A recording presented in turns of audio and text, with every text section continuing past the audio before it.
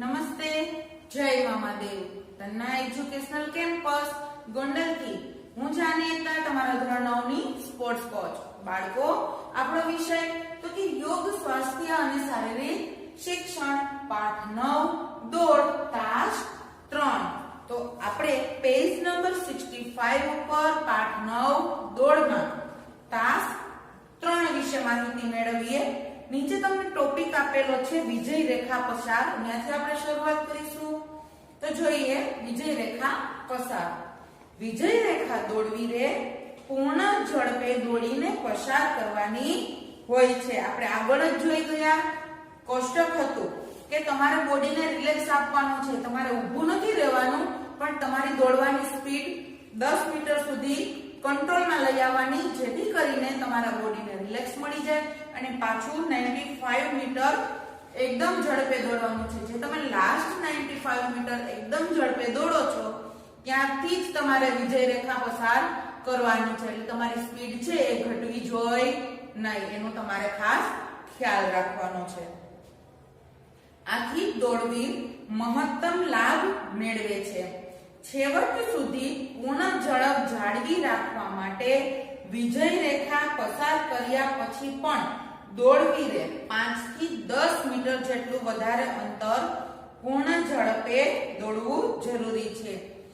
પોતાની ઝડપ જાળવી રાખવા માટે દોડવીરે વિજય રેખા પસાર કરીને પછી પણ 5 થી 10 મીટર પૂર્ણ ઝડપે દોડવાનું છે.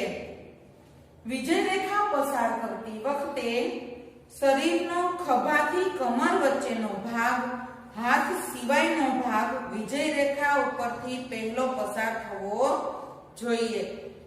જ્યારે તમે વિજય રેખા પસાર કરો છો ત્યારે શરીરનો ખભાથી કમર વચ્ચેનો ભાગ છે એમાં તમારે હાથનો ઉપયોગ કરવાનો નથી. ફક્ત ખભાથી કમર સુધીનો જે ભાગ છે એ વિજય રેખા ઉપર પહેલો પસાર થવો જોઈએ. શરીરના આ ભાગને ટેરસો તરીકે ઓળખવામાં આવે છે. ખભાથી કમર સુધીનો જે ભાગ છે એને ટેરસો તરીકે ઓળખવામાં આવે છે.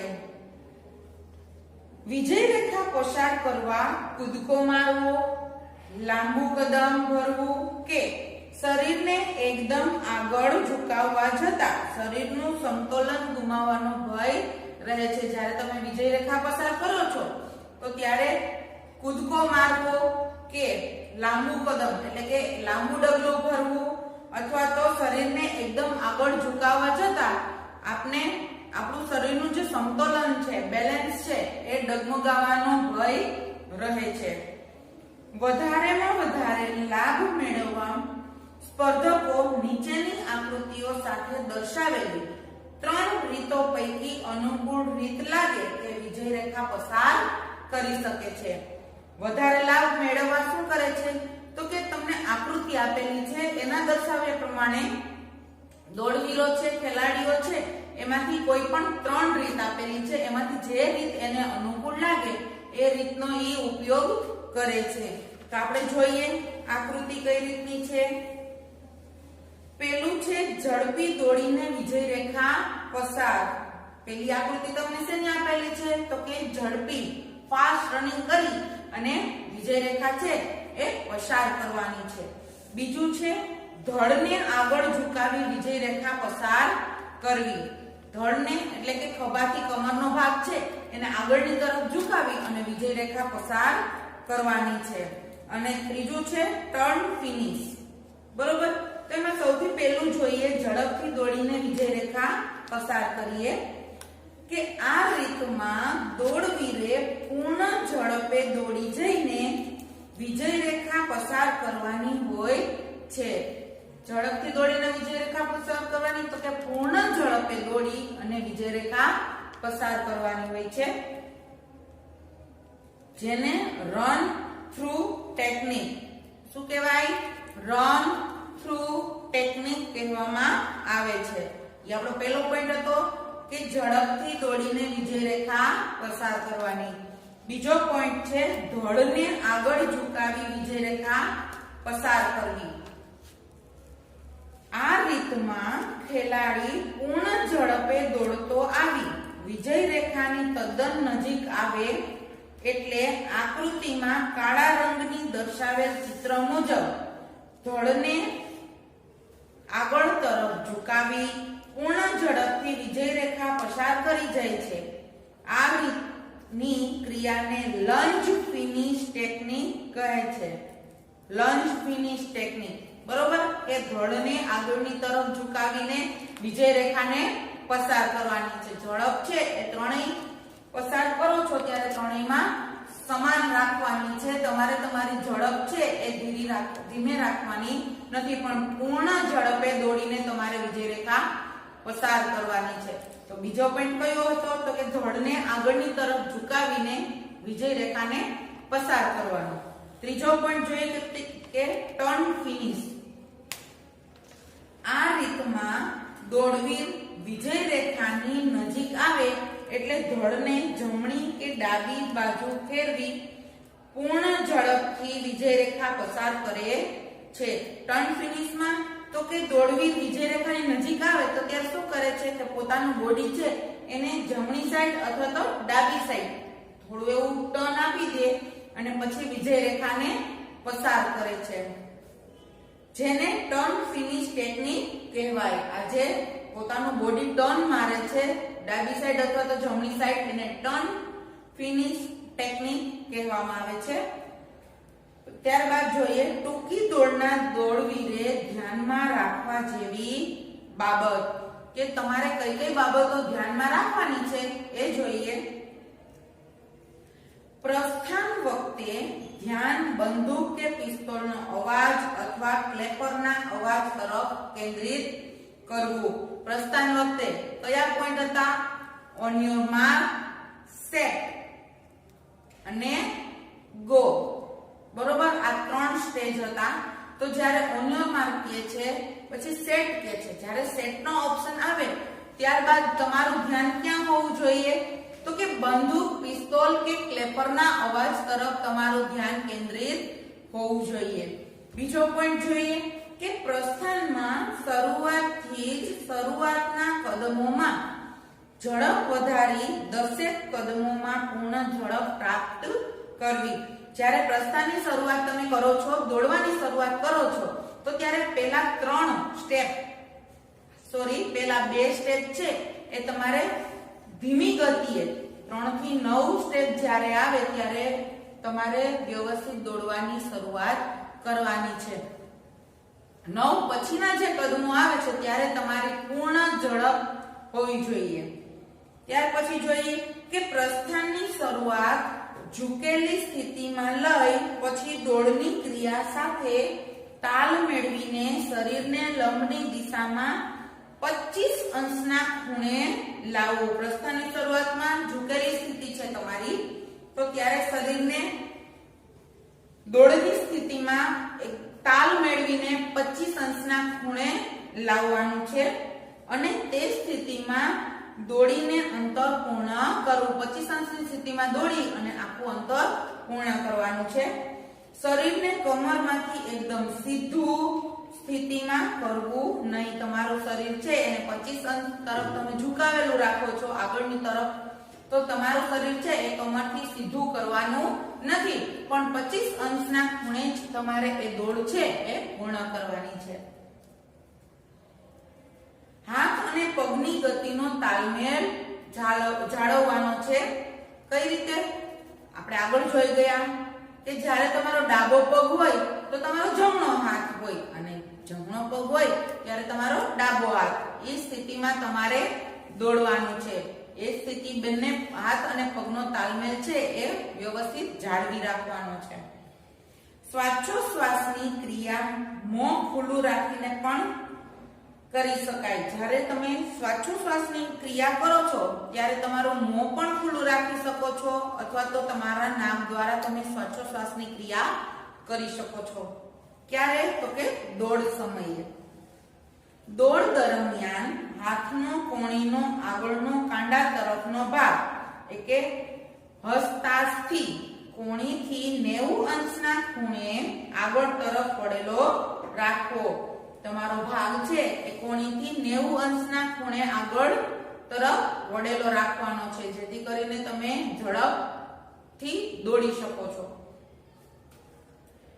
કદમ એકદમ સીધી લીટીમાં અને ઘૂંટણને આગળ તરફ પૂરતા ઉંચકવા. તમે જ્યારે દોડવાની શરૂઆત કરો છો ત્યારે કદમ છે એકદમ સીધી લીટીમાં અને તમારા ઘૂંટણ છે એને આગળની તરફ પૂરતા ઉંચકવાના છે, જેથી કરીને તમે પૂર્ણ ઝડપે દોડી શકો.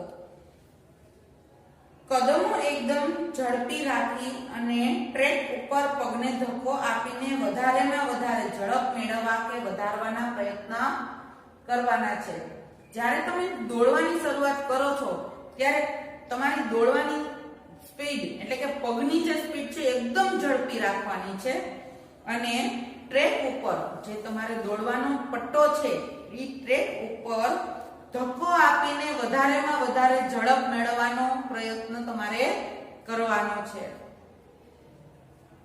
સીધનું અંતર એકદમ સીધી દિશામાં દોડવું. તમારે એકદમ સીધી દિશામાં જ દોડવાનું છે. તમારો જે ટ્રેક છે એ જ દિશામાં તમારે દોડવાનું છે.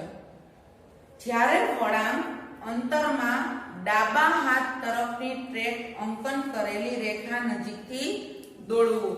તમારે જ્યારે વળાંક લેવાનો આવે છે, જે દોડનું આપણે ગ્રાઉન્ડ બનાવેલું હોય છે એમાં જ્યારે વળાંક લેવાનો આવે છે તો ત્યારે તમારે ડાબા અંતરની તરફની ટ્રેક હોય, રાઉન્ડ છે એ તમારી ડાબી સાઈડથી હોય તો તમારે ટ્રેકની લાઈન જે અંકન લીટી દોરેલી છે એટલે કે જે લાઈન દોરેલી છે એને નજીક જ તમારે રહી અને તમારે ટ્રેકમાં એ રાઉન્ડ છે એ પૂર્ણ કરવાનું છે. દોડતી વખતે ધ્યાન સંપૂર્ણપણે દોડમાં જ કેન્દ્રિત કરવું. જ્યારે તમે સ્પર્ધામાં ભાગ લ્યો છો અથવા તો તમે દોડમાં ભાગ લ્યો છો તો તમારું ધ્યાન છે, તમારું ફોકસ છે એ ફક્ત દોડવામાં જ કેન્દ્રિત કરવાનું છે, ટ્રેક ઉપર કેન્દ્રિત કરવાનું છે. આજુબાજુમાં કેન્દ્રિત કરવાનું નથી. બાજુવાળાને ધક્કો લાગ્યો, પડી ગયો એને જોવાનું છે. આપણે આપણું ફોકસ છે એ ફક્ત સ્પર્ધામાં જ ધ્યાન દેવાનું છે. આજુબાજુમાં બને ત્યાં સુધી ધ્યાન દેવાનું નથી. તમારે ફક્ત તમને જે ઓર્ડર મળે છે અથવા તો જે ક્લેપર, બંદૂક કે પિસ્તોલનો અવાજ છે એના ઉપર, પોતાના ટ્રેક ઉપર જ ધ્યાન દેવાનું છે, બાકી ક્યાંય ધ્યાન દેવાનું નથી. બાજુની ગલીમાં દોડતા કે પાછળ આવતા હરીફ તરફ નજર કરવાને બદલે પોતાની ગલીમાં સીધી નજર રાખી દોડવું. આજુબાજુમાં ટ્રેક ઉપર જે વ્યક્તિ દોડે છે એના ઉપર ધ્યાન રાખવાને બદલે પોતાના ટ્રેક ઉપર ને પોતાની ગેમ ઉપર જ ફોકસ કરવાનું છે, ધ્યાન દેવાનું છે. ત્યાર પછીનો પોઈન્ટ જોઈએ તો કે પ્રસ્થાન ટેકાઓ એટલે કે સ્ટાર્ટિંગ બ્લોક. 400 મીટર સુધીના અંતરની બધી જ દોડ માટે પ્રસ્થાન ટેકા એટલે કે સ્ટાર્ટિંગ બ્લોકનો ઉપયોગ અને ચોપગું પ્રસ્થાન લેવું ફરજિયાત છે. આપણે આગળ ચોપગું પ્રસ્થાન જોઈ ગયા, હવે આપણે સ્ટાર્ટિંગ બ્લોક વિશે માહિતી મેળવવાની છે કે 400 મીટર સુધીના અંતરની જે દોડ છે એના માટે પ્રસ્થાન ટેકાનો જ ઉપયોગ કરવાનો છે. સામે તમને આકૃતિ આપેલી છે કે ચોપગા પ્રસ્થાનનો સૌપ્રથમ ઉપયોગ ઈસવીસન 1887 માં ચાર્લ્સ એચ શેરી નામના હરીફે કરેલો. સૌપ્રથમ પ્રસ્થાન ટેકાનો ઉપયોગ એટલે કે સ્ટાર્ટિંગ બ્લોકનો ઉપયોગ છે એ 1887 માં ચાર્લ્સ એલ શેરી, નામ યાદ રાખજો, ચાર્લ્સ એલ શેરીસ નામના હરીફે એટલે કે ખેલાડીએ કરેલો હતો. તે સમયે પ્રસ્થાન ટેકો અસ્તિત્વમાં નહોતો. આજુબાજુ ક્યાંય આપણે પ્રસ્થાન ટેકાઓ મળતા નહીં, સ્ટાર્ટિંગ બ્લોક્સ મળતા નહીં.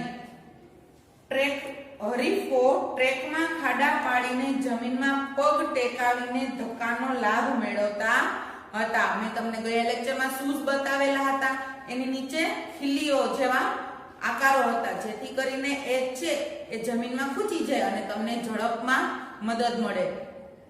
તો ત્યારના જમાનામાં 1887 માં જ્યારે એ પ્રથમ હરીફે પ્રસ્થાન ટેકાનો ઉપયોગ કરેલો હતો તો ત્યારે એવા શૂઝ હતા નહીં. તો એ લોકો શું કરતા તો કે જમીનમાં થોડે અંતરે નાના એવા ખાડા કરી નાખતા, જેમાં પોતાનો પગ ભરાવી અને પોતે ઝડપ મેળવી શકતા હતા. આમ ટ્રેકમાં પ્રસ્થાન માટે ખાડા પાડવાને કારણે ટ્રેક ખરાબ થઈ જતો હતો. ટ્રેકમાં ખાડા પડે તો શું થાય તો કે ટ્રેક છે એ ખરાબ થઈ જતો હતો. સમય જતા ખેલાડીઓ પ્રસ્થાન ટેકાનો ઉપયોગ કરવા લાગ્યા. જેમ જેમ સમય જતો ગયો તેમ ખેલાડીઓ છે એ પ્રસ્થાન ટેકાનો ઉપયોગ કરવા લાગ્યા. અને અત્યારે તો તમે જોઈ જ શકો છો કે નવી ટેકનોલોજીને કારણે નવા શૂઝ અથવા તો એવો ટ્રેક બનાવવામાં આવે છે જેથી કરીને વ્યક્તિ છે એ સહેલાઈથી પોતાની રમત છે એ પૂર્ણ કરી શકે છે. તો બાળકો, અહીંયા આપણે વિજય રેખા કઈ રીતે પસાર કરવી એના વિશે માહિતી મેળવી ગયા છીએ. બાકીનું લેક્ચર છે એ આપણે નેક્સ્ટ લેક્ચરમાં જોઈશું. Thank you.